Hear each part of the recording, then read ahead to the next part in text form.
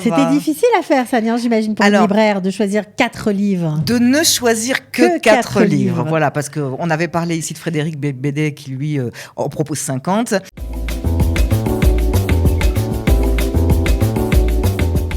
Lorsque vous achetez des livres, lorsque vous passez la porte d'une librairie, eh bien, forcément, vous faites conseiller. Mais parfois, on ne sait pas vraiment à qui on demande conseil. Pas mieux que de connaître les livres de chevet d'un libraire pour savoir eh bien, à qui on a affaire et si les conseils qu'il vous donnera seront adaptés à vous. On est ravis d'accueillir Nathalie Hirschsprung qui va nous parler pendant cette émission un peu estivale, qui change un peu, voilà, eh bien, de ces livres de chevet. Bonjour Cathy. Ça va ? Ouais, ça va. C'était difficile à faire, ça, j'imagine, pour le libraire, de choisir 4 livres. De ne choisir que 4 livres. Voilà, parce qu'on avait parlé ici de Frédéric Beigbeder qui, lui, en propose 50. Moi, j'en aurais bien 50 aussi, mais ça n'aurait pas tenu dans l'émission. Donc, ce sera 4. 4 livres. Alors, des auteurs variés, quand même. Oui, très, très, très éclectiques. Voilà. Et le premier, c'est Shalom Auslander. Shalom Auslander. Alors, Shalom Auslander, c'est le Woody Allen de la littérature américaine. Il est connu pour son ironie, son humour détonnant, c'est super. Et j'ai choisi L'espoir, cette tragédie, qui est sortie en 2012.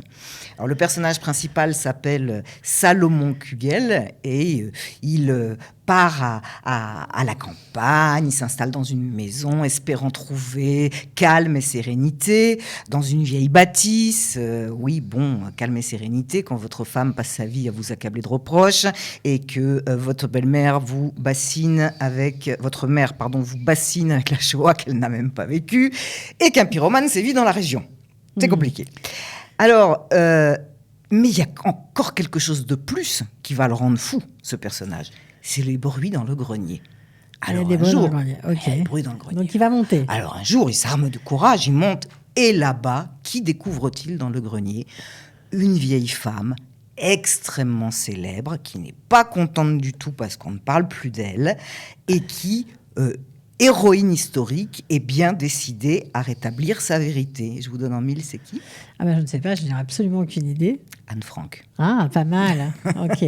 Donc, l'espoir, cette tragédie. Mais bon, vu la couverture, on a l'air de sourire aussi. J'ai l'impression qu'il y a beaucoup d'humour. Il y a énormément d'humour.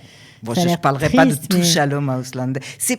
Il a cette faculté de transformer, sans que ce soit jamais choquant, ni que ce soit jamais déplacé, quelque chose de triste, avec une bonne dose d'humour par-dessus, en inventant des mondes complètement parallèles.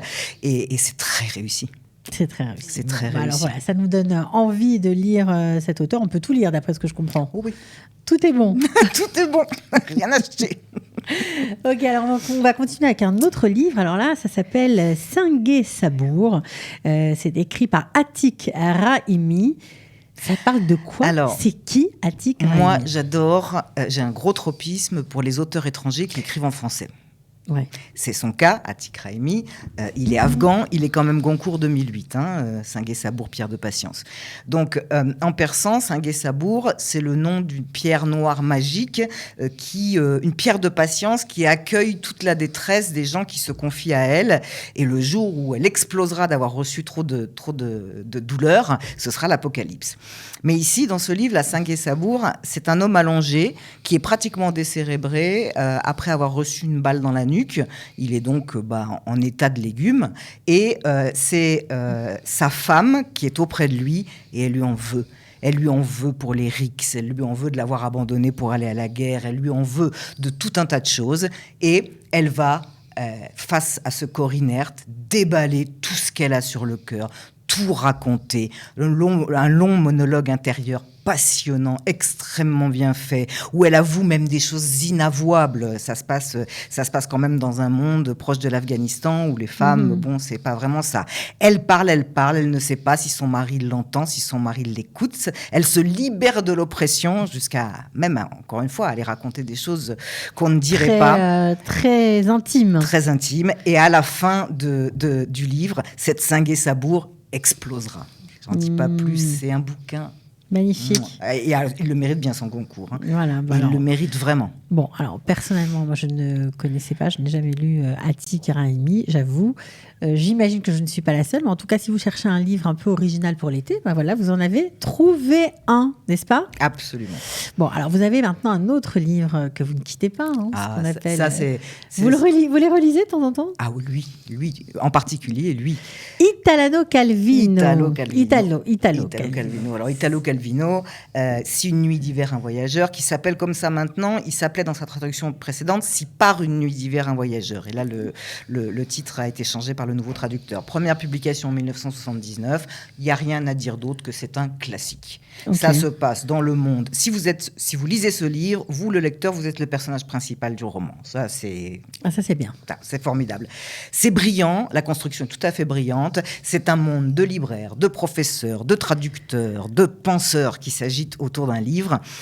Mais c'est pas n'importe quel livre. 10 romans commencés, jamais terminés. C'est totalement addictif. Vous éteignez la télé, vous débranchez le portable, vous parlez plus à personne. C'est une révélation, ce bouquin, c'est extraordinaire. Il commence un roman, il le monte, quelques pages, hein, il le monte au climax, il arrête. Et nous, on est là. Mais qu'est-ce qui s'est passé ? Il arrête et ça redémarre sur une autre histoire. Et ça redémarre sur une autre histoire. Et c'est à nous, à chaque fois, de trouver la fin.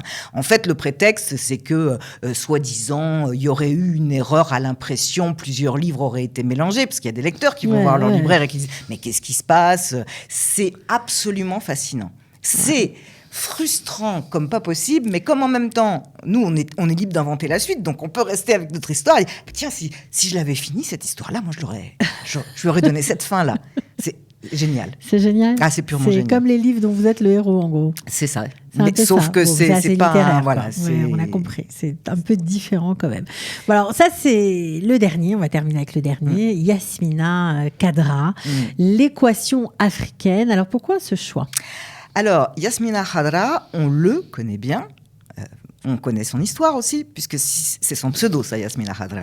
Il était colonel de l'armée algérienne quand il a commencé à écrire, et comme ses premiers livres portaient sur une dénonciation de ce qui se passait en Algérie, il a dû se cacher derrière un pseudo, et puis il l'a gardé, ce pseudo féminin. Pourquoi j'ai choisi l'équation africaine ? Parce que c'est probablement un de ses livres les moins connus. Il est très connu pour sa trilogie Attentat, Hirondelle de Kaboul, etc. Et c'est peut-être... C'est difficile de dire c'est celui qui m'a le plus plu parce que j'adore tout ce qu'il fait. Mais si quand même, il m'a scotché celui-là. Médecin à Francfort, Kurt Kraussmann mène une existence ordinaire jusqu'au jour où, drame de famille, son épouse se suicide. Un ami à lui, pour le sortir de cette terrible épreuve, l'emmène faire un grand voyage en voilier sous prétexte humanitaire. Attaqué par des pirates, il se retrouve enlevé avec son ami et il va se retrouver au cœur d'une geôle tenue par des parfaits terroristes malfrats, méchants, affreux, qui sont le genre de gens qui dévastent le continent africain. Et tout ça va se passer pendant sa captivité avec son ami et avec aussi un Français, Bruno, qui se retrouve captif avec eux. On sait pas trop bien pourquoi. C'est le début d'une descente aux enfers. C'est narré, mais c'est comme si on y était. C'est comme si on était en prison avec eux, on a mal avec eux, on souffre avec eux, on est malade avec eux. C'est assez extraordinaire. Et ça se terminera aussi par... et c'est très bien amené, c'est pas du tout cousu de fil blanc, une grande histoire d'amour parce qu'il va rencontrer une femme qui a voué sa vie à penser les douleurs des réfugiés du Darfour. C'est magistral. Bon, écoutez, ça donne vraiment envie de lire ces livres, ces 4 livres que vous nous proposez, vos livres de chevet. D'abord, merci pour ce partage intime, avec grand plaisir. Évident, mais c'est sympa de savoir à qui on a affaire, qu'est-ce que vous aimez quand on vous voit toutes les semaines comme ça. En tant que libraire, je parle évidemment souvent de nouveautés et je me suis dit, mais peut-être les gens se demandent finalement, à part les nouveautés, j'ai lu quoi dans ma vie ? Non, vous avez lu énormément de bouquins, mais c'est vrai que faire une petite incursion comme ça dans votre bibliothèque privée, c'est sympathique. J'espère que ça vous aura donné tout simplement des idées. On se retrouve la semaine prochaine. La semaine prochaine. Voilà, parfait. Merci. Merci, ciao. Cathy.